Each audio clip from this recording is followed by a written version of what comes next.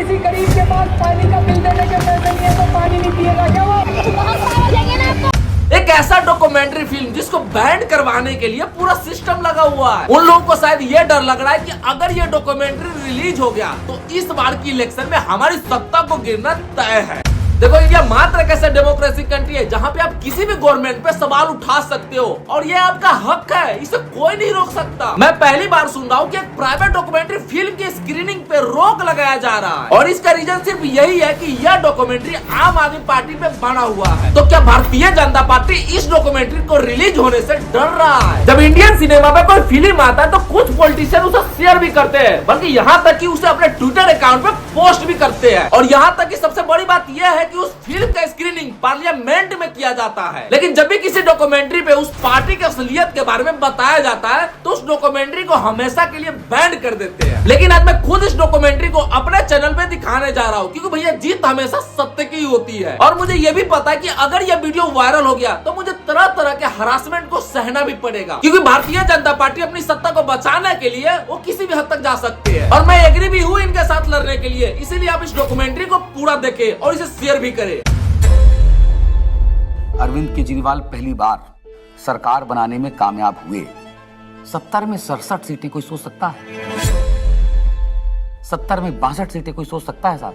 तो उसके बाद से विरोधियों को लगा कि नहीं भाई, ये तो जमीन पे जो है वो काम कर रहे हैं, लोग इनसे जुड़ रहे हैं।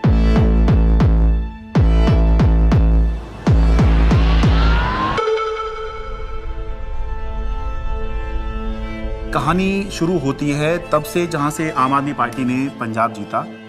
लोगों की भूख थी आम आदमी पार्टी की। उन्होंने कहा आम आदमी पार्टी हमें चाहिए।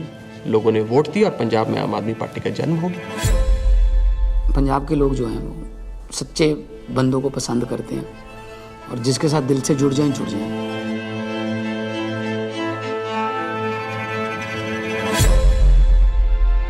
आम आदमी पार्टी गुजरात को भविष्य देगी। गुजरात की 6 करोड़ जनता के साथ मिलके एक नया गुजरात बनाएंगे जिसमें 24 घंटे बिजली होगी। और उसके बाद आम आदमी पार्टी गुजरात में जैसे ही घुसी तो वहां से एक दिल्ली के अंदर हमें चेंज आता।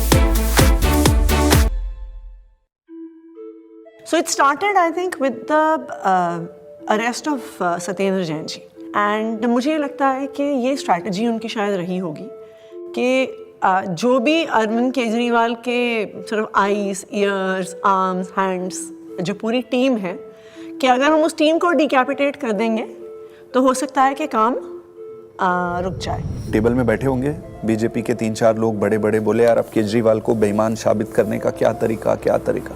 किसी ने आइडिया दिया होगा कि कुछ घोटाला, बोले यार कोई घोटाला कैसे, कोई चिपकेगा नहीं इस आदमी पे। दिल्ली के स्वास्थ्य मंत्री सत्येंद्र जैन को ईडी ने हिरासत में लिया। एनफोर्समेंट डायरेक्टरेट ने सबसे पहले अरेस्ट होने वालों में मैं था।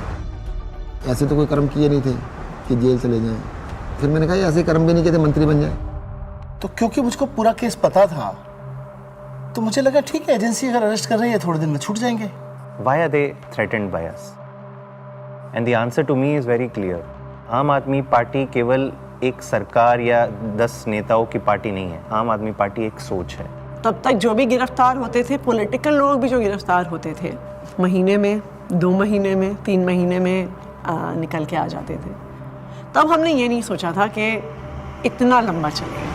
अब ये जानकारी मिल रही है कि मनीष सिसोदिया को गिरफ्तार कर लिया गया है। इस वक्त की बड़ी सीबीआई बुलाया जाता था, ईडी बुलाया जाता था, उनके घर पे रेड हुई, उनके बैंक के लॉकर पे रेड हुई, दिल्ली सचिवालय में उनके ऑफिस में रेड हुई, उनकी यहाँ तक कि उनके पैतृक गांव में भी सीबीआई और ईडी वाले पहुँच गए थे। देखिए, हमें तो पता था कि आम आदमी पार्टी के किसी भी नेता के पास एक भी पैसा नहीं है और मेरे ख्याल से आज ही ईडी और सीबीआई को भी पता है। मैं तो खुश था कि दिल्ली में एक ऐसी शराब पॉलिसी बनाई गई है जिसमें एक एक मॉल में 27 शराब की दुकानें थीं, वो अब कम हो जाएंगी और सरकार को रेवेन्यू बहुत ज़बरदस्त मिलेगा। तो मैं तो खुश था कि अच्छी पॉलिसी बनाई गई है और कई राज्य इस पॉलिसी को देख रहे थे, पर अचानक इन्होंने चिल्लाना शुरू किया है तो स्कैम हो गया है, स्कैम हो गया है, स्कैम हो गया है। अगर एक अच्छी पॉलिसी को ये स्कैम करार देके सीबीआई और ईडी में केस रजिस्टर करा सकते हैं तो किसी भी हद तक जा सकते हैं। मनीष सिसोदिया को ईडी ने गिरफ्तार कर लिया है। तिहाड़ जेल में पूछताछ के बाद मनीष सिसोदिया को अब ईडी ने गिरफ्तार कर लिया है। इससे पहले सीबीआई ने उनको गिरफ्तार किया था और वो इसमें पीएमएलए में 2 ही कंडीशन में बेल हो सकती है। पहली कंडीशन या तो जो सरकार का इन्वेस्टिगेशन एजेंसी है वो कह दे कि केस नहीं। दूसरी कंडीशन बेल हो सकती है जब इन्वेस्टिगेशन एजेंसी द्वारा डाले गए सारे कागज जांच कर लिए जाएं। तो भाजपा की इन्वेस्टिगेशन एजेंसी क्या करती थी, लाखों की तादाद में कागज डाल दिए। अब जज साहब कितना टाइम लगाएंगे वो देखने को, 10 साल। हमने प्रोसीडिंग्स भी पूरी देखी थी सुप्रीम कोर्ट के अंदर, और सुप्रीम कोर्ट ने जो जिस तरह कमेंट्स किए थे उससे ऐसा लग रहा था कि ये केस कुछ है ही नहीं। सुप्रीम कोर्ट ने यहाँ तक कह दिया था कि आपका केस जो है ट्रायल के अंदर 2 मिनट में गिर जाएगा। किस तरह का केस आप बना के लाए हैं, क्योंकि सीबीआई के बाद मनीष सिसोदिया को ईडी ने भी गिरफ्तार कर लिया था, तो दोनों ही के अंदर जमानत उनको चाहिए थी। अब जब जैसे ही 30 अक्टूबर का दिन था, सुप्रीम कोर्ट ने बेल रिजेक्ट कर दी। जेल में पूछताछ के बाद मनीष सिसोदिया को अब ईडी ने गिरफ्तार कर लिया है।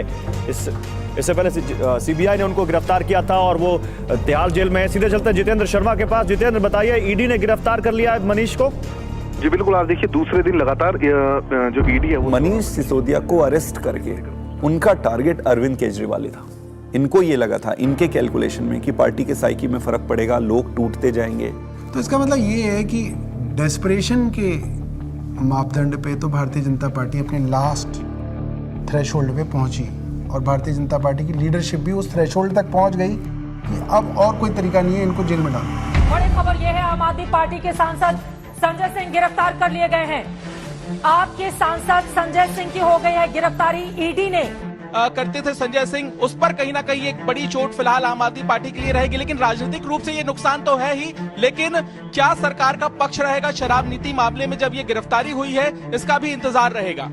अब ये अपने आप में काफी ज्यादा तो भगत सिंह ने अपनी किताब में लिखा कि उनके छोटे भाई जब उनसे मिलने आए, फांसी की सजा हो चुकी थी तब तक, उन्होंने लिखा कि उन्हें ये फिक्र है हरदम नया तर्जे जफा क्या है। जफा मतलब अत्याचार। उन्हें ये फिक्र है हरदम नया तर्जे जफा क्या है, हमें भी शौक है देखें सितम की इंतहा क्या है। इस सरकार के ऊपर बिल्कुल फिट बैठता है कि ये सितम करने पे आए हैं और हम इनकी सितम की इंतहा देखना चाहते हैं। 2200 करोड़ रुपए की रिश्वत खिलाई अडानी ने। Nothing is going on record. 2200 crore रुपए की रिश्वत आपके अधिकारियों को। संजय जी, 2200 करोड़ की रिश्वत। संजय जी प्लीज। सर वो क्या बोल रहे हैं सर? वो आप इधर बोलेंगे कि उधर बोलेंगे? जिस तरीके से पार्लियामेंट में और पार्लियामेंट के बाहर अगर अरविंद केजरीवाल और पार्टी के वॉइस को एक स्ट्रक्चर करके जनता और देश के सामने रख रहे थे, बीजेपी उससे बहुत इरिटेटेड और फ्रस्ट्रेटेड थी। मैंने तो अपने घर के सामने एक बैनर भी लगवा दिया था कि फक्कड़ हाउस में ईडी का स्वागत है। अब कहानी जो है अलग लेवल पहुंच गई। अरविंद केजरीवाल भी ये बात समझ रहे थे कि जब एक के बाद एक नोटिस आ रहे हैं तो देर सवेर ईडी जो है उनको गिरफ्तार करने आएगी। हमारा एक व्हाट्सएप ग्रुप है पार्टी की लीडरशिप का, जिसमें एक खबर आई थी कि ईडी वाले अरविंद जी के घर पहुंच गए हैं 6 फ्लैग स्टाफ रोड पे। एंड मुझे याद है मैंने ओबरॉय के फ्लाईओवर के नीचे से फिर हमने गाड़ी का यू टर्न लिया था और फिर 6 फ्लैग स्टाफ रोड जो सिविल लाइंस में है वहाँ पे पहुँचे थे। मुझसे पहले सौरभ भारद्वाज पहुँचे थे वहाँ पे। इतने में उन्होंने बैरिकेडिंग दोनों तरफ कर दी, बट मैं बैरिकेडिंग से पहले ही जो है वो अंदर पहुँच गया था। मैं वो मेरे को अंदर से किसी का मैसेज आया which was very sad thing to imagine. Arvind Kejriwal ji अपना बैग पैक कर रहे हैं और एक मुख्यमंत्री अपने घर में ही असहाय है, आप सोचिए। और वहाँ जो पुलिस खड़ी है वो उसके लिए नहीं खड़ी है, वो इसलिए खड़ी है कि किसी और को आने नहीं देंगे। उसके यहाँ जो ईडी के जो अफसर हैं वो उसको कह रहे हैं कि अब आप बैग पैक कर लो, आपको अरेस्ट कर रहे हैं। ईडी दफ्तर ले जाया जा रहा है अरविंद केजरीवाल को। इस वक्त की बड़ी खबर, बड़ा अपडेट, अरविंद केजरीवाल को ईडी ने गिरफ्तार किया है और ईडी दफ्तर उनको ले जाया जा रहा है। जिस तरीके से अब